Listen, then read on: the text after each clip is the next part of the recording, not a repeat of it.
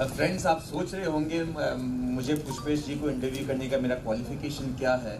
मेरा हिंदी तो उनके योग्य है नहीं, लेकिन मेरा ईटिंग है। I am worthy, I am an eater worthy of your. इन्होंने मेरा सबसे अच्छा इंटरव्यू सबसे पहले किया था, और उसके बाद एक मित्र से मेरा झगड़ा भी हुआ जो अल जज़ीरा वाला इंटरव्यू था। तो महिला मित्र ने मुझसे कहा कि आपने मेरा नाम उस इंटरव्यू में नहीं दिया। तो मैंने कहा वो इंटरव्यू मुझसे मेरे बारे में जो कुछ पूछ रहे थे उसका मैं उत्तर दे रहा था, आपसे वो अपरिचित थे, आपका नाम उन्होंने नहीं दिया, तो मैं क्या करूँ। और उन्होंने बोलना बंद कर दिया। मेरे फेस्टिवल का एक ही योगदान है कि 2 साल पहले हमने दुमका में भी ऐसा फेस्टिवल किया था। तो मैंने पुष्पेश जी से कहा कि will you be able to attend the festival, और वो उस दिन बिजी थे। तो उनका एक हमने सेशन किया था वीडियो पे, और वो सेशन पे भी लोगों ने इतने सवाल पूछे कि हमें we went by over time by half an hour. So this time I thought कि we must have you over in person, and by lucky coincidence Pushpesh also has a new book out this month, which he has been threatening to write for many years. So you know, he doesn't always deliver what he promises. And again by a fortunate coincidence, ये आपका subject जो है वो उस पे भी we are common in that, in thinking. I always thought, I don't live in Delhi anymore, but I always used to think Delhi is the greatest city I've ever lived in my life. And you have been a Delhiite for 60 years, so, and I broadly, if I'm guessing correctly, you also believe, or am I wrong in guessing that you also think that Delhi, separate from the eating, is the greatest city in the world? ये broadly इसमें मुझे कोई शक नहीं है। और मतलब कई, देखिए दिल्ली के संग ये कहा जाता है कई बार दिल्ली उजड़ी और कई बार बसी। तो 7 बार तो अंग्रेजी में 7 टाइम्स वाली बात थी, मगर मेरे ख्याल में 9 लाइव्स ऑफ कैट, उससे भी ज़्यादा बिल्ली से भी ज़्यादा दिल्ली जिंदा रह चुकी है। और इसका जो शीर्षक है वो थोड़ा गड़बड़ लगता है मुझे, और शीर्षक के लिए मैं जिम्मेदार नहीं हूँ, प्रकाशक जिम्मेदार है, और किताब बिक रही है इसलिए मैं शिकायत नहीं कर रहा हूँ। मगर मेरा मानना है कि फ्रॉम किंग्स टेबल जब शुरू होता है तो शुरू में सवेरे हमसे कहा गया था कि राजनीति का कोई चर्चा न हो, तो मगर उसमें दिक्कत ही है खाना हो और राजनीति का चर्चा न हो, ऐसा तो हो ही नहीं सकता। उदय भाई ने जिक्र किया वो वेजिटेरियनिज्म का, और उन्होंने बहुत इतना अच्छा सत्र था कि मज़ा आ गया। अब जो मज़ा उस सत्र में आया उसका जायका अब तक मेरे मुंह में बचा हुआ है, मन में बचा हुआ है। और खाने पीने के मामले में जो राजनीति वाली बात थी, तो जिसका शीर्षक मेरे दिमाग में था वो कुछ इस तरह का था कि इंद्रप्रस्थ से NCR तक। तो मुझे उसमें बड़ी विचित्र बात ये लगती है कि उन्होंने द्रौपदी क्यों हंसी वाली बात कही थी। तो द्रौपदी हंसी जब भीष्म शैया पर थे, द्रौपदी एक बार और हंसी थी जिसके कारण झगड़ा हुआ था। जब खांडवप्रस्थ जलाकर इंद्रप्रस्थ की राजधानी बनी थी और एक महल बना था, उस महल में बैराट में जो विश्वकर्मा थे उन्होंने बनाया था, तो उसमें जो ज़मीन थी वो पानी की जैसी दिख रही थी, और जो पानी था वो फर्श चमकता संगमरमर का दिख रहा था। तो बेचारा दुर्योधन एक जगह फिसल कर पानी में गया, और एक जगह जब धोती ऊँची बचा कर रहा था तो वो संगमरमर का फर्श था। द्रौपदी तब भी हंसी थी, और उसको हंसने के साथ उसने शायद अपनी सखी से कहा था, जो हले प्रियवदन की होती पाली प्राकृत में बोलती हुई, कि महिलाओं को संस्कृत बोलने का तो अधिकार नहीं था उस ज़माने में। तो उन्होंने कहा कि आखिर अंधे का लड़का है ना, देखिएगा क्या। उस दिन दुर्योधन के मन में ये प्रतिशोध की भावना थी कि जब तक तुम्हारा चीरहरण न किया जाए तब तक मैं अंधे का लड़का हूँ, बहरे का लड़का हूँ, या कुछ हूँ। महाभारत में अनेक ऐसे प्रसंग थे। तो मुझे असल में इस किताब के बारे में जब लिखना शुरू हुआ तो बात चंद्रहास ने कही, मुझे एक बात अनायास मेरे मन में कौन सी, मैं आजकल दिल्ली में नहीं रह रहा हूँ, मैं उस जगह रहता हूँ उसे गुड़गांव कहते हैं। और गुड़गांव कहना भी मतलब मारपीट का विषय हो सकता है, गुरुग्राम में क्यों नहीं कह रहा हूँ। तो उसमें दिक्कत ये थी कि महाभारत के काल में जिन 5 गाँवों को लेकर झगड़ा हुआ था कि हमें दे दो तो हम लड़ेंगे नहीं, और दुर्योधन ने कहा था वो 5 गाँव तो क्या मैं तुम्हें सुई की नोक बराबर से भी नहीं दूंगा। तो वो 5 गाँव कौन से थे? इंद्रप्रस्थ था, बागपत था जो चौधरी चरण सिंह का इलाका है, पानीपत था, सोनीपत था, और तिलपत था। तिलपत तो लगभग एयरफोर्स के उस रेंज में आ गया है। पानीपत अगर आप जाते हैं तो मुरथल के ढाबे रस्ते में पड़ते हैं और पंचरंगा अचार मिलता है वहाँ। और सोनीपत में साइकिलें बनती हैं, और 2 प्रसिद्ध विश्वविद्यालय हैं, अशोक विश्वविद्यालय और जिंदलवाला विश्वविद्यालय। और ये सारी बातें, और बीरठ के संग वो चलने लग गई है, मेट्रो चलने वाली है, उद्घाटन सब चीज़ों का हो चुका है, चलना कभी कई चीज़ों का बाकी है। तो मुझे लगा कि आज हम फिर उस हाल में आ गए कि जहाँ महाभारत के दिनों में इस क्षेत्र का भौगोलिक विस्तार था, बची रहती है जगह एक मथुरा। तो कृष्ण वृंदावन में गोपियों के साथ रास रचाते थे और राज करने को मथुरा गए, वहाँ से छोड़ के फिर वो द्वारकाधीश हो गए। तो वो सारा जो जोड़ तोड़ है वो मुझे लगता है कि मैं अकेला शरणार्थी नहीं हूँ या दिल्लीइट नहीं हूँ। तो जिन्होंने कहा कि 60 साल से तुम दिल्ली वाले हो, तो मेरी सारी ज़िंदगी की लड़ाई जब मैं 17-18 साल की उम्र में दिल्ली पढ़ने आया और आज तक, अब मैंने ये तो तय नहीं किया कि निगम्बोध घाट की तरफ दिशा होनी चाहिए, मगर मेरे ख्याल में वो लड़ाई ये है कि मैंने, किसी ने मुझसे पूछा तो दिल्ली में क्या करती हो, तो मैं कहा पिछले 6 दशक से शरणार्थी हूँ। उन्हें तत्काल पंजाबी में बोलना शुरू कर दिया कि तो ऐसी बुद्धा तो के लाहौर तो मैंने उनसे कहा नहीं, शरणार्थी और भी होते हैं, पहाड़ से उखड़े लोग भी शरणार्थी होते हैं, अनुशहर शहडोल से आए लोग भी शरणार्थी होते हैं, उड़ीसा से सारी दुनिया का चक्कर खाए आते हैं लोग भी शरणार्थी होते हैं। और हम शरणार्थियों ने ही दिल्ली बसाई और बनाई है, वो आज से नहीं शुरू से है। इस किताब से जुड़ी एक छोटी चीज़ और है, मतलब वो दिक्कत मेरे संग भी वही है ना कि मॉडरेटर को कब बोलने का मौका दो, अपनी किताब को प्रमोट करो। तो जब इस एक चर्चा इस तरह का इंडिया इंटरनेशनल सेंटर में हो रहा था, तो एस.वाई. कुरैशी नाम के एक सज्जन ने, जो आजकल बड़े बेचारे विवादास्पद हैं, बड़े नेक इंसान हैं, मुख्य चुनाव आयुक्त थे। अब उनकी भी आदत ये है कि वो चुनाव में घपला घोटाला दूर से भाप लेते हैं, वो फिर आके तरह के उनके तेरे कदमों के हाथ ताड़ लेते हैं, भाप लेते हैं, चादर ताड़ लेते हैं आदि आदि। वो खाने का जिक्र कर रहे थे, उनका दिल्ली का खाना हमें पता है। पीछे की कतार में ओपी जैन बैठे हुए थे, जाहिर है वो जैन थे और शुद्ध खटरागी शाकाहारी थे, वो फौरन खड़े हुए और ने कहा तुमसे ज़्यादा दिल्ली का खाना हमारा है, क्योंकि हम दिल्ली के बनिए और जैन हैं और हम भी बादशाह सलामत शाहजहाँ के ज़माने में आए थे। अब वहाँ पे एक झगड़ा और शुरू हो जाता है कि 1857 में सल्तनत मुगलिया खत्म हो गई, आखिरी वारिस रंगून भेज दिए गए, कितना था बदनसीब जफ़र आदि आप धुन गुनगुना लीजिए। मगर जितने हिंदू बनिए और कायस थे, खत्री थे, वो निहायत, मैंने मुगलों को टुच्चा कहा, वो अब तक मैं भुगत रहा हूँ, तो वो भी लुच्चे और काफ़ी गद्दार थे। उन्होंने क्या किया कि मुसलमानों की मस्जिदें खरीद ली, उनको अस्तबल में तब्दील कर दिया, और 1911 में जब दिल्ली में राजधानी कलकत्ता से आई तो बेगम भोपाल ने कह खा के, जो तब बड़े लाट थे, उन ज़मीनों पर फिर हक दिलवाया उनको। तो मैं बात जैनों की कर रहा था, उस ज़माने में जैनों के मंदिर तब भी बने थे जब औरंगजेब जैसा बदनाम आदमी हिंदुओं का विरोध, कट्टर विरोधी शासन कर रहा था। तो इस किताब को टाइटल से जो मुझे आपत्ति है वो ये है कि दिल्ली में जितना महत्वपूर्ण खाना चांदी के सोने के बर्तनों वाला था, उससे कहीं अधिक महत्वपूर्ण खाना सड़क छाप खाना था। और खाना, ये जो इसमें मुझे शीर्षक से आपत्ति है वो टू से है कि इसमें एक ही तरफ वो खाना गया है कि किंग्स टेबल से टू स्ट्रीट फूड, या खाने वाला गया है। मगर हकीकत ये है कि दिल्ली में खाना सड़क से महल तक ज़्यादा गया है, वो पांडवों का राज हो या मुगलों का हो। अब उसका एक ज़ौक़ मेरे ख्याल में थे, जो उस्ताद हुआ करते थे बहादुर शाह ज़फ़र के, तो उनका एक बड़ा मशहूर शेर है, कौन जाए ज़ौक़ दिल्ली की गलियां छोड़कर, क्योंकि आजकल चर्चे सुगंध के बहुत हैं दक्कन में। तो वो खाने दिल्ली के गलियों के थे, और दिल्ली के खाने में अब जो लोग, आप शाकाहारी, तो आजकल तो शाकाहारी निहारी भी बनने लग गई कटहल की, तो उसे तो छोड़िए, मगर जो असली निहारी थी उसमें बेचारे एक बकरे की जान जाती थी। तो उस खाने के बारे में अगर आज आप दिल्ली में जाएं तो अच्छे 5 तारा छाप 7 तारा छाप होटल के मेन्यू में मिलता है बादशाही निहारी। अब जब मैंने बादशाही निहारी सुना तो मैं बहुत भड़का। मैं इसलिए भड़का कि निहारी लश्करी खाना है, जो सिपाही के लिए बनता था, सड़क पर बनता था, कोई शरीफ आदमी उसे खाता नहीं था। वो बादाम के पसंदे खाता था, वो कौरमे खाता था, मगर वो ये नहीं खाता था निहारी। तो अब मुझे जो दिक्कत होती है वो ये होती है कि हम लोग अक्सर मुगलिया खाने के साथ अटक जाते हैं, और दिल्ली का खाना में मुगलिया खाना नज़र आता है। अब महाभारत से जिक्र किया तो ऐसा तो नहीं हो कि सीधे महाभारत से चले और मुगलों पे अटके, तो बीच में बहुत लोग और थे। एक और चीज़ है, वो उसकी तो कोई शाकाहारी विकल्प उसका आज तक सुलभ हुआ नहीं है, जो बर्रा कबाब है।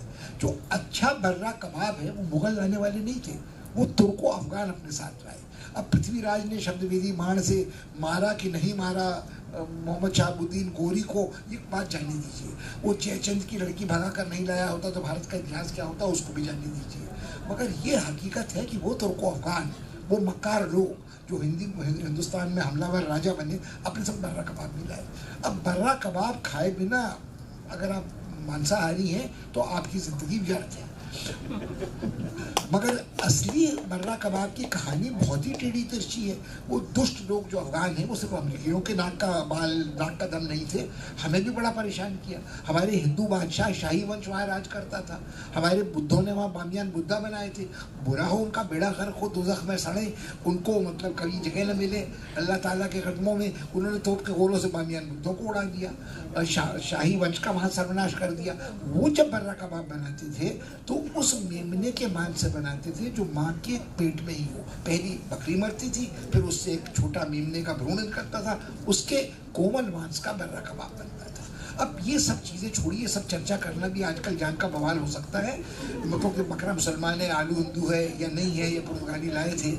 अब मुझे दिल्ली के खाने में जो गड़बड़ लगती है वो ये लगती है कि हम बहुत सेलेक्टिवली दिल्ली का खाना खाते हैं। अभी यहाँ चर्चा हो रहा था, किताब को छोड़िए, किताब में उसका चर्चा है कि यहाँ देखिए मोमो मिलता है। तो मैंने कहा कौन सा मोमो मिलता है? भाप का मोमो मिलता है, तला हुआ मोमो मिलता है, तंदूरी मोमो मिलता है, मोमो के भीतर चाउमीन भरा मिलता है, चॉकलेट भरा मिलता है, हॉलिडे सॉस वाला मिलता है, उसमें मेयोनेज मिलता है कि नहीं मिलता है, टमाटो सॉस मिलता है। ये सारे मोमो दिल्ली में आज सुलभ है। दिल्ली के मोमो ने कबाब की ऐसी तैसी कर दी है। और दिल्ली में सबसे ज़्यादा बिकने वाला व्यंजन मोमो है। अब लिट्टी चोखा क्लोज कंपटीशन कर रहा है।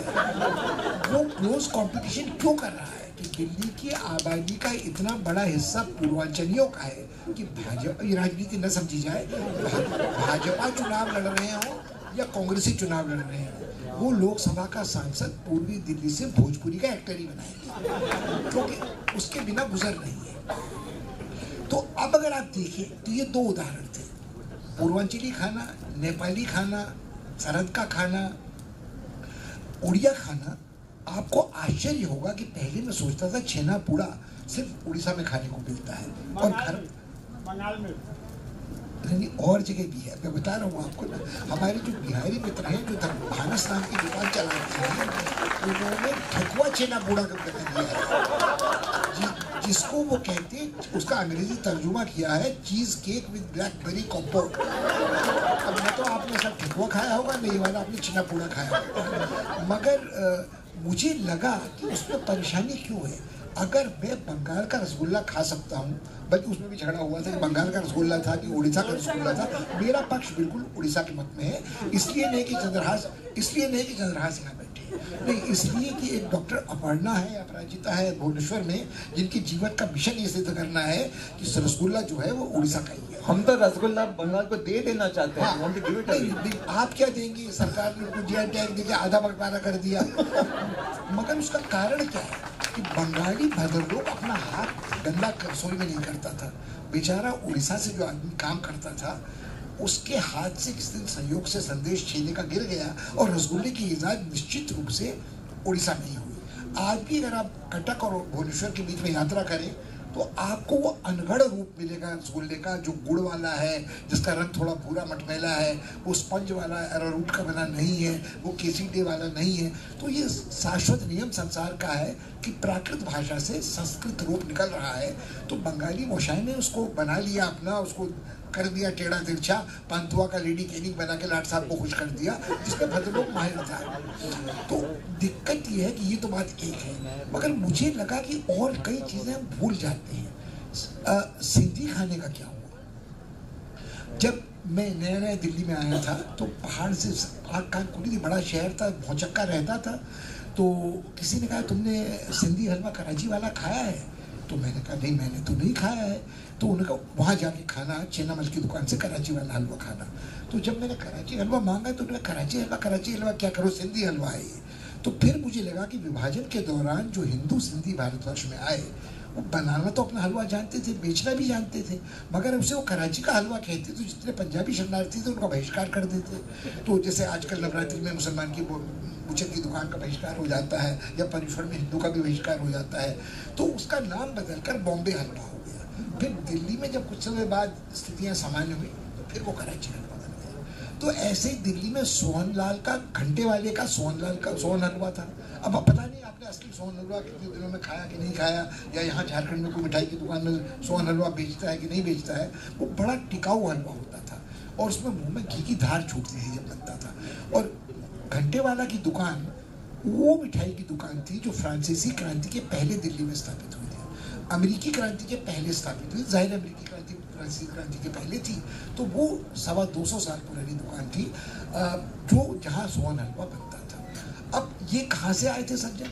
ये झज्जर के एक बनिए थे, उस परिवार से कई लोग निकले, मगर दिल्ली में जो बनिया परिवार हैं वो सब राजस्थान के आए बनिया परिवार है, झज्जर के एक हलवाई के घर से, जो आज भी बीकानेर वाला परिवार हो, अग्रवाल वाला परिवार हो, बिकानो वाला परिवार हो, कलेवे वाला परिवार हो, वो सब हल्दीराम हो उसी एक वट वृक्ष की शाखाएं हैं। और इंडस्ट्रियल्स देखें तो दिल्ली क्लॉथ मिल वाले, डीसीएम वाले, भारतीय कला केंद्र का भी जिक्र आपने किया था, वो सारे के सारे लोग उस झज्जर वाले, एक खजांची मॉडल बनिया था और एक कोतवाल थे, और दोनों चले शुरुआत वहीं से थे।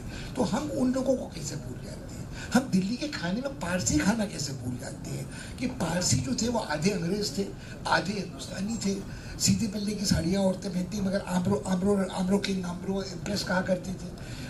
और अब राजीव गांधी कितना आधा हिंदू थे, आधा पारसी थे, उसका जिक्र हम नहीं कर रहे। शाहजहां की तरह, औरंगजेब की तरह वो एक बट्टा आठ इंच आया नहीं था। मगर कुल मिलाकर पारसी खाना आज भी आपको दिल्ली में इतना इंटरेस्टिंग मिलता है कि जो मीट के दही बड़े बनाते हैं, भोनू नाम का, जो I wonder if you have been there, जो 31वें माइलस्टोन पे आजकल है, तो उनकी चाट इतनी विचित्र है कि उसमें मांस के दही बड़े हैं और उसमें कई इस तरह की चीज़ें हैं, मगर वहाँ पारसी खाना कम है। मगर अब यहाँ भी कल मैं मेन्यू देख रहा था जो हम लोगों के लिए बनाया गया था, उसमें पारसी बन मस्का था। तो पारसी बन मस्का क्या है? एक छोटा सा बन है, उसमें थोड़ा सा मक्खन लगा है, और मक्खन लगाने के हम लोग आदी रहते हैं, वैसे अक्सर होता है कि लगाते हैं, मक्खन लगता है चूना, और उसके संग कटिंग चाय थी। और मुझे लगा कि इस किताब को लिखते वक्त मुझे बहुत सारी चीज़ें याद आई, और एक अंतिम वाक्य के साथ फिर मैं मौका चंद्रहास को दूंगा कि वो दिल्ली की यादें करे। मैंने जब पहली बार दिल्ली में खाना खाया तो एक आज़ाद ढाबा था, शायद उदय भाई को याद आएगा, क्योंकि उनके आने में, दिल्ली आने में और बहुत ज़्यादा अंतराल तब तक नहीं हुआ था। 70 पैसे में 4 तंदूरी रोटियाँ, दाल मुफ्त की, और 25 पैसा आप और खर्च करें तो आधी प्लेट सब्जी मिलती थी। उससे भी कम पैसे जेब में हो तो आप रिफ्यूजी मार्केट में, मॉडर्न स्कूल के पीछे बंगाली मार्केट के बगल में चले जाएं, 50 पैसे में खाना निपट जाता था। आज अब महंगाई इतनी बड़ी है कि ड्राइवर हो या स्कूटर वाला कोई संगों से आप कहें भैया खा लेना, तो उसने कहा कि सब 70-80 रुपये से कम में तो पेट भरेगा नहीं, और वो सब्जी वब्जी तो भूल जाइए, दाल मुफ्त में मिलती नहीं है। तो मुझे लगता है कि वो खाना जो था जिसमें सुख दुख बांटे जाते थे सड़क छाप खाने में, वो अब खत्म हो गया है। इस किताब में एक पंक्ति है, कल एक सज्जन इंडिया टुडे के लिए इंटरव्यू कर रहे थे, उनको एक ही पंक्ति अच्छी लगी कि access to cheap food and freedom of speech have a very intimate relationship. सस्ते खाने में और अभिव्यक्ति की स्वतंत्रता में बहुत सीधा गहरा रिश्ता होता है। अगर सस्ता खाना नहीं मिलता तो अभिव्यक्ति की स्वतंत्रता भी नहीं मिलती। और आपने भी चाहिए I've been reading you for 10 or 15 years since we met for the first time. लेकिन कई लोग कहते थे कि आपने पुष्पेश का नया किताब आपने पढ़ा है, तो मैं कहता था very proudly, मैं कहता था I don't need to read Pushpesh's book, I know him personally. And so it's a different flavor to listen to in person. But the one thing when we were having breakfast today, Pushpesh said, and I agree with him, he said, I really enjoyed writing the first chapter of this book. And I was thinking that मुझे तभी मेरे मन में ये बात आई कि एक तरह का स्वादिष्ट खाना होता है जो which you know that you like and जो आप खाते हैं, लेकिन the food that is remembered is sometimes even more tasty than the. मुझे बिल्कुल आपने सही कहा कि खाने का महत्व ये है कि खाने के साथ याद जुड़ी रहती है। अब मैं जब रांची से यहाँ आ रहा था तो ड्राइवर को भूख लगी थी, और संग मित्र थे वो कुछ खाना चाहते थे, तो हम लोग पंचवटी पे रुके।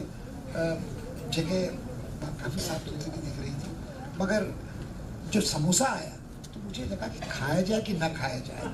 फिर मुझे लगा कि फिर आपने खान पान की अगर विशेषता करनी तो यहाँ के समोसे का तो पता होना ही चाहिए आपको। समोसा अच्छा बना था, उसमें मेरे ख्याल में 2 समोसे 30 रुपये के थे, एक समोसा 15 रुपये का था। उसके भीतर थोड़ी किशमिश भी थी, 1-2 काजू भी नज़र आ रहे थे, और अच्छा तला था, गरम तला हुआ था। मगर चटनी हमने छोड़ी कि मतलब, और खाने में साहस आलू खाने का इसलिए नहीं हुआ कि कितनी कैलोरी खाएंगे, यहाँ भी रात को कुछ प्रबंध होगा, जजमान ने पत्ता जूठा करने के लिए कुछ किया होगा यहाँ भी।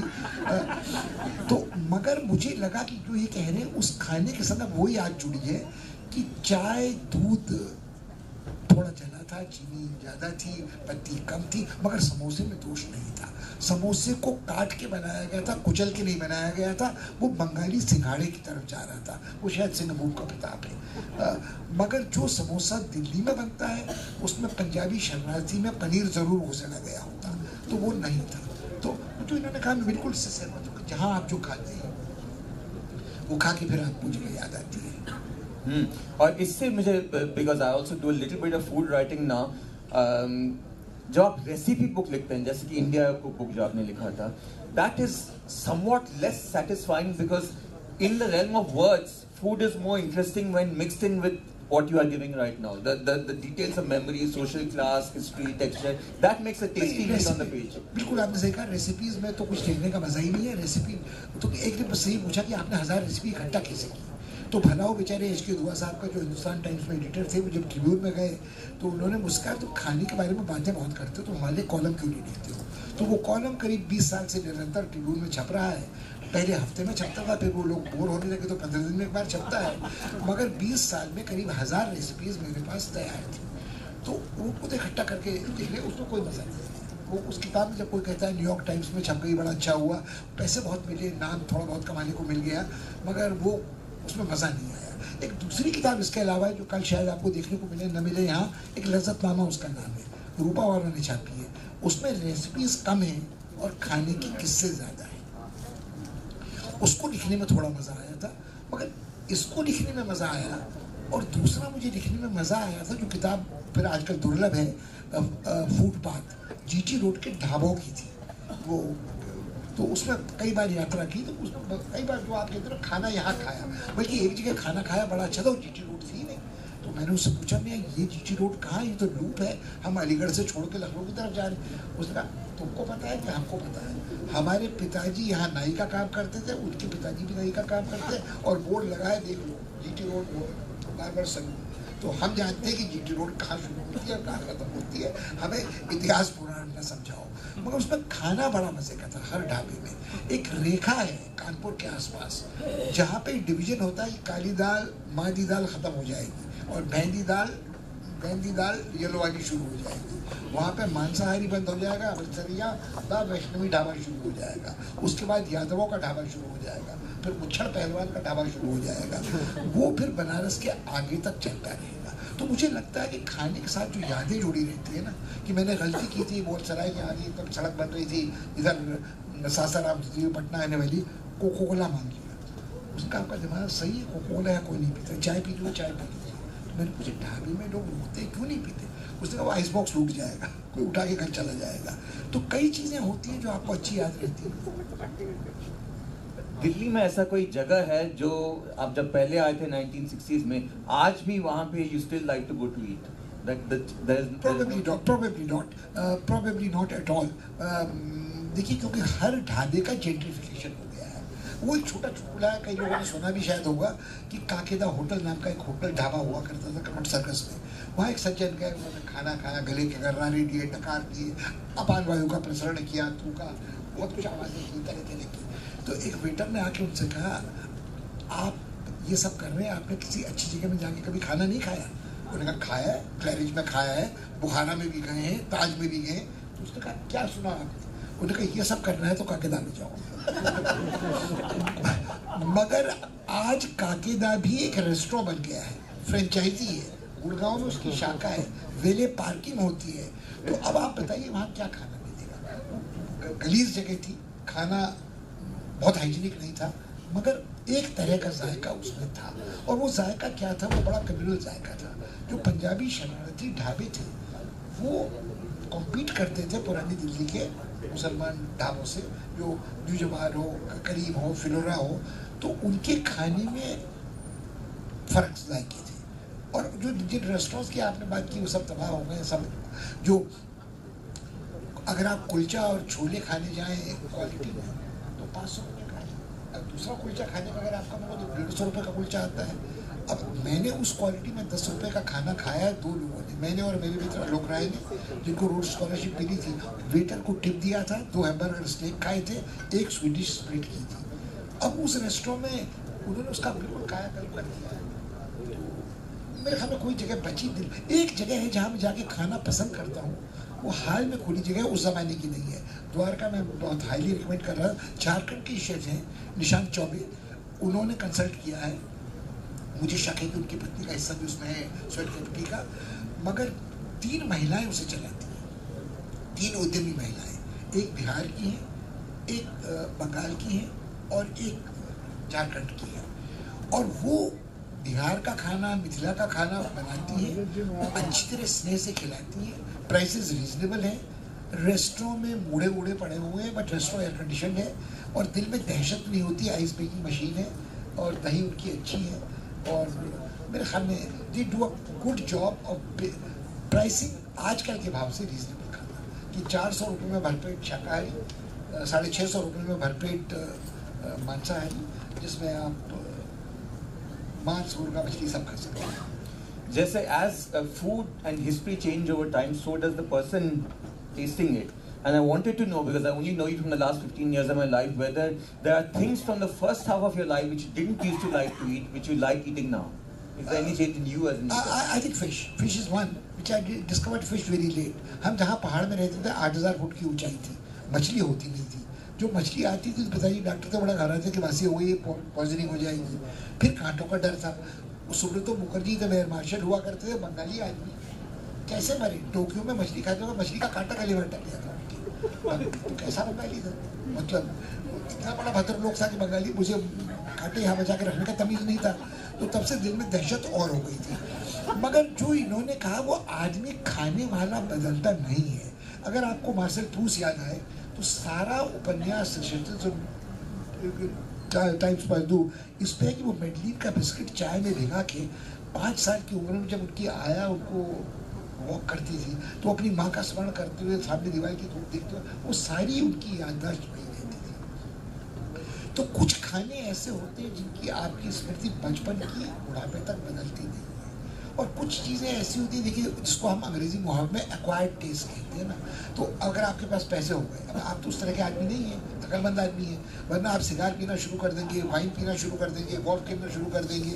जो बुढ़ापे में आप ऐसे शौक पालते हैं जो आपको जवानी में बहुत बेवकूफ़ी लगते थे। कुछ खाने ऐसे होते हैं, आप क्यों खाना चाहते हैं? कल जिस विमान यात्रा में गया, मैंने जानबूझकर उनसे कहा कि मुझे आप हर रिफ्यूज चिकन विद चिकपी मैश दीजिए। तो एक तो मैंने ये कहा कि मैं पोटैटो मैश नहीं खा रहा हूँ, मैं चिकपी मैश खा रहा हूँ जो हुमस की तरफ है, हेल्दी है। फिर जो दूसरा ऑप्शन था वो था अचारी। तो मेरे बगल में शाकाहारी सज्जन बैठे हुए थे, तो एक तो अब हर चिकन तो मतलब वो समझ नहीं रहे थे, मगर अचारी मुर्ग में तो फिर पिलाफ राइस आ रहा था। और अचारी मुर्ग निहायत ख़राब बना होगा, इसकी मुझे गारंटी थी कि क्योंकि कोई भी एयरलाइन वाला या होटल वाला नहीं, यहाँ बड़ा लंबा चौड़ा मेन्यू कल था, तो उसमें सब कुछ था। कोरियाई खाना था, जापानी खाना था, इतालवी खाना था, लेबनीज़ खाना था, इंडोनेशियन खाना था, हैदराबादी था, अवधी था, पंजाबी था, दिल्ली का था, आदि आदि। मगर अगर आप ये कहें कि इतने खाने आप दे रहे हैं, तो आपके किचन में कितने लोग काम कर रहे हैं? किचन में तो 3 अदर एक पहाड़ी, 2 अदर नेपाली होंगे जो आपके किचन में काम किया हुआ है, वही सब कुछ बना रहे हैं। तो वो खाना कम बना रहे हैं, ग्राहक को ज़्यादा बना रहे हैं।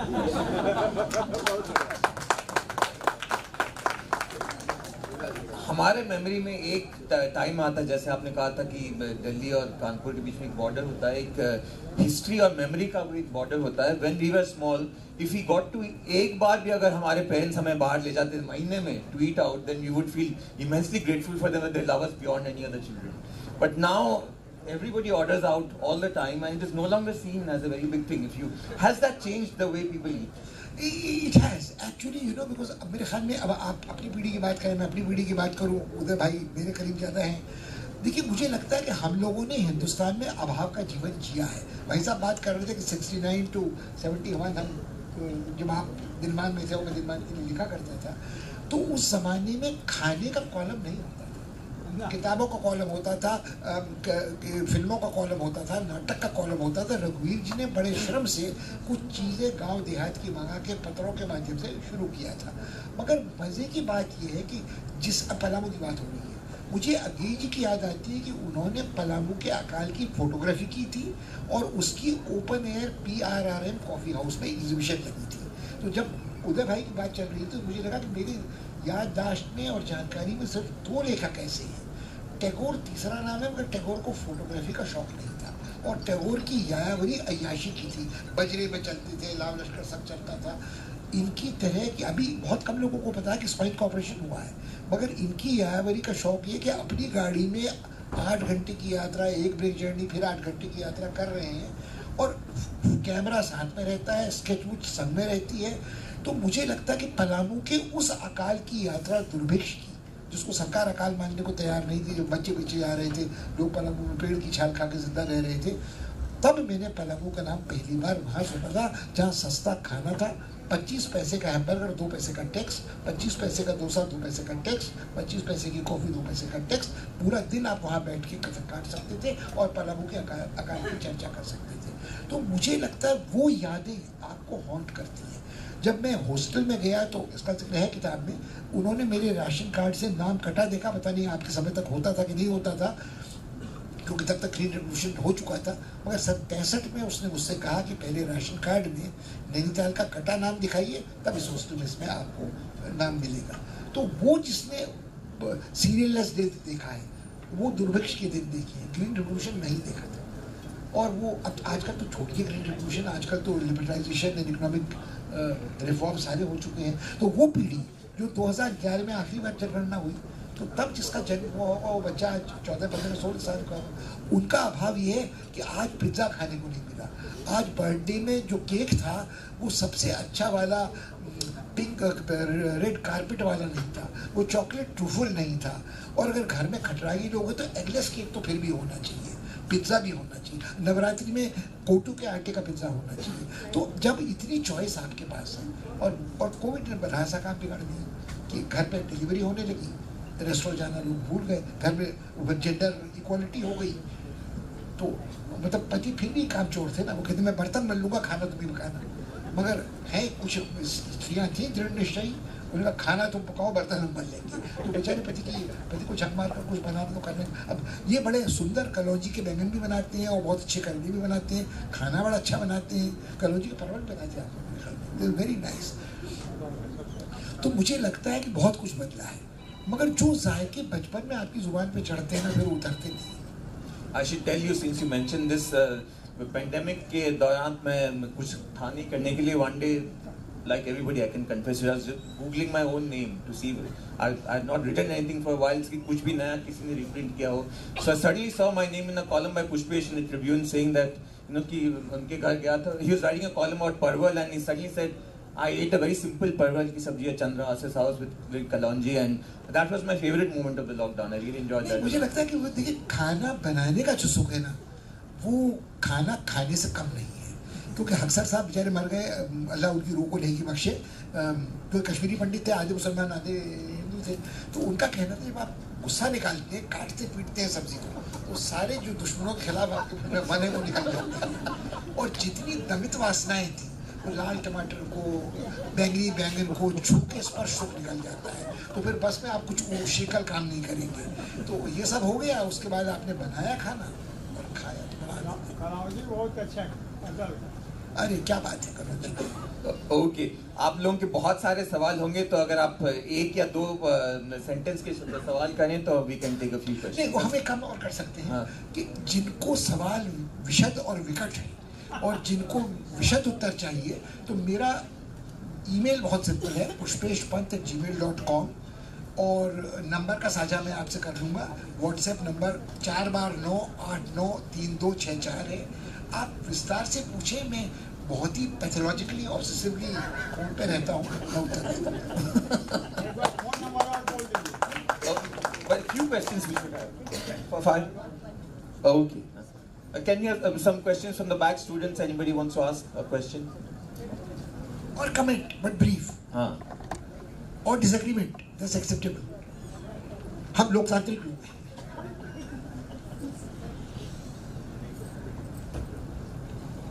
हाँ जी यहाँ तो अगर सत्तू पराठा खिलाना हो तो क्या करना पड़ेगा? सत्तू पराठा तो मैं खा चुका हूँ ना, बकरी की भी खा चुका हूँ, तो कुछ ऐसा बचवाइए कि सत्तुएन के अलावा जो बनता हूँ ना, कि मतलब देखिए ऐसा है कि मेरे मित्रों ने मुझे बहुत कुछ खिलाने की कोशिश की है और मैं यहाँ तक भरा हूँ। तो सत्तू पराठा अगर आपका मन करे, आप यहाँ रहती हैं, कल अगर बना के फॉल में लपेट के लिए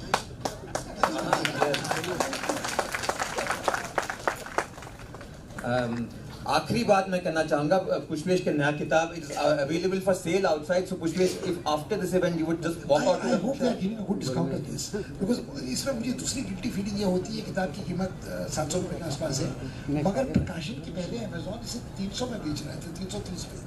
अब इतना तो डिस्काउंट नहीं हो पाया है, जो भी डिस्काउंट है।